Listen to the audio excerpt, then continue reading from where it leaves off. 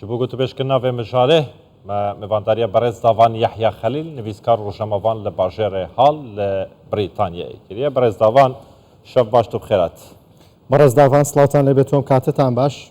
وكوي لا راپۆرتەکەدا هاتبوو کە داعش خۆی 7000 چەکداری هەیە وەجگەلەوە 11000 کەسی دیکەش لەژێر دەستی هێزەکانی سووریای دیموکراتن زیندانین کە گومان دەکرێت سەرجەمیان چەکداری شەڕکەری داعش بن. پێتان وانە ئەمەی کە لە ڕۆژاوای کوردستان هەیە بۆمبێکی تۆقیت کراوە ڕەنگە ڕۆژە لە ڕۆژان بتەقێتەوە بە سووریا و عێراقیشدا. بەڵێ خۆی هەر لە سەرەتای دروستبوونی ڕێکخراوی داعش کە ڕێکخراوێکی دژی مرۆڤاتی بوو ئێستا ئەم ڕێکخراوە تێروریستیەش گەرفەت لە لاوەتبوونی عێراق و سووریا وەردەگرێتن کە بتوانن کە بە قسەی خۆتان ئەم بۆمبە بە عێراق و سووریا بتەقێنێتەوە. بەڵام حالی حاضر ڕێکخراوی داعش زیاتر کار و چالاکیەکانیان گواستوتەوە بۆ ئەفریقا و بۆ ئەفغانستان کە ئەمەش وەکو بنکە سەرەکیەکان بەکاریان هێناوە چونکە ئێستا لە سووریا و عێراقدا کێشەی هەرەی گەورە ئێستا خودی لە ناو هەردوو وڵاتاندا بەرەی سیاسی ناوخۆیە. جا ئەمانە ئەتوانن دەرفەت لەمە وەربگرن کە بتوانن هێزەکانیان ڕێک بخەنەوە و دووبارە خەڵک ئازار بدەن و یاخۆت دەست بەسەر ئەو شوێنە لاوازانە بگرن. بەڵام من هەرگیز لەو بڕوادانیمە جارێکی تر ڕێکخراوی تێرۆریستی داعش بتوانێتن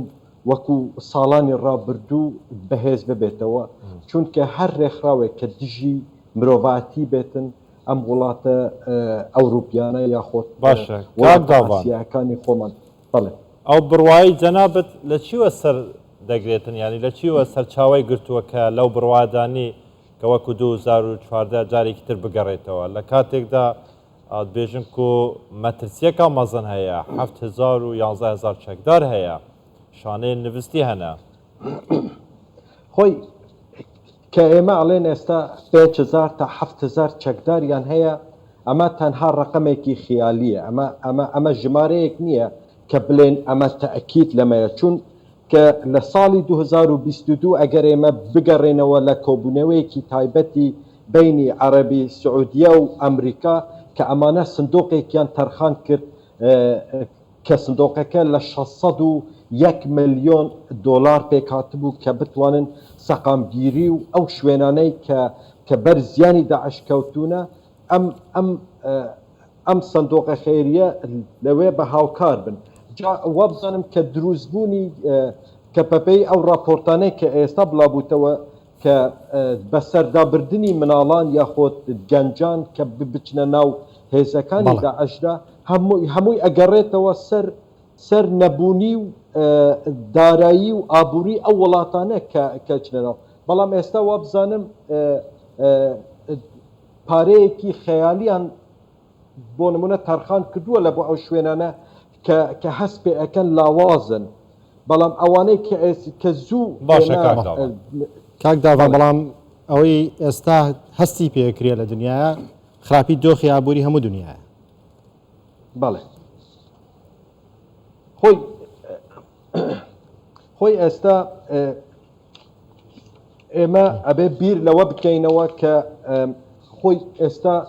ڕێکخراوی داعش باوەڕ ناکەم جارێکی تر سەر هەڵ بداتەوە وەکو جاران بەهێز بێتن. ئەوە من لەو بڕوادەمە لەوانەیە ڕێکخراوێکی تر لە هەمان شێوازدا دروست بێت لە ژێر ناوێکی ترە خۆی لە سەرەتای دروستبوونی ڕێکخراوە نەتەوەی یەکگرتی هەفپەیمانیا دژی چەکدارێن داعشێ بەرپرسێن عێراقێ بەرپرسێن سووریایە بەرپرسێن ڕۆژهەڵاتە ناوەڕاست بەرپرسێن هەرێما کوردستانی هەمید بێژن کو داعش مەترسیە ئەگەر هەوڵ نەدەن داعشب تەمامیش نابن لەوانەیە جارێکا دیکە ناوچێ دروست ببیتەوە. یعنی ئەف تێگەهشتن و بڕوابوونا تەل چ سەرچاوە گرتیە کوتبژی جارێکە دیکە داعش نابیتە مەترسی. خۆی من ناڵێم داعش خودی داعش بەڵام من ئەڵێم خۆی لە سەرەتای دروستبوونی داعش لە عێراق و سووریە و ئۆردن ئەمانە بەتەما بوون دەوڵەتێکی ئیسلامیدا بمەزرێنن کە لەژێر کتوفاتی داعشدا بێ بەڵام ئێستا کە داعش لاواز بووە مانە ئەوە نییە کە داعش بە تەواتی تێک دەچێت کە هەڕەشە نەبێتن لەسەر عێراق و سووریا بەڵام من ئەڵێم ئێستا حالی حاضر داعش چالاکیەکان و ئەو شتانێک ئێستا بەتەما بکە گواستوتەوە بۆ دژی ئەفغانستان و ئەفریقا لەوانەیە لەوێ بەهێزتر بێت و بگەڕێتەوە لە ژێر ناوێکی تر من لەو بڕوادانیمە جارێکی تر داعش بگەڕێتەوە وەکو جاران بەهێز بێتن کە بتوانێتن شوێنەکان دەست بەسەر بکاتن و بازاری خەڵک بدەن بەڵام من یەک شت ئەڵێم من ئەڵێم هیوادارم ئێمە کە وانەیەکمان لە کارەساتە ڕابردووەکان وەرگرت بێتن کە بتوان ئەگە شتێکی تر لە هەمان شێواز دروست بوو ئێمە بتوانین چارەسەرێکمان هەبێتن بەڕێز داڤان یەحیا خەلیل نووسەر و ڕۆژنامەوان لە شاری هەڵ لە بریتانیا و لەگەڵماندا بووی سپاس بە بەشداریتە سپاس بەڕێز داڤان کۆ لە بریتانیەتون گەلمە بوو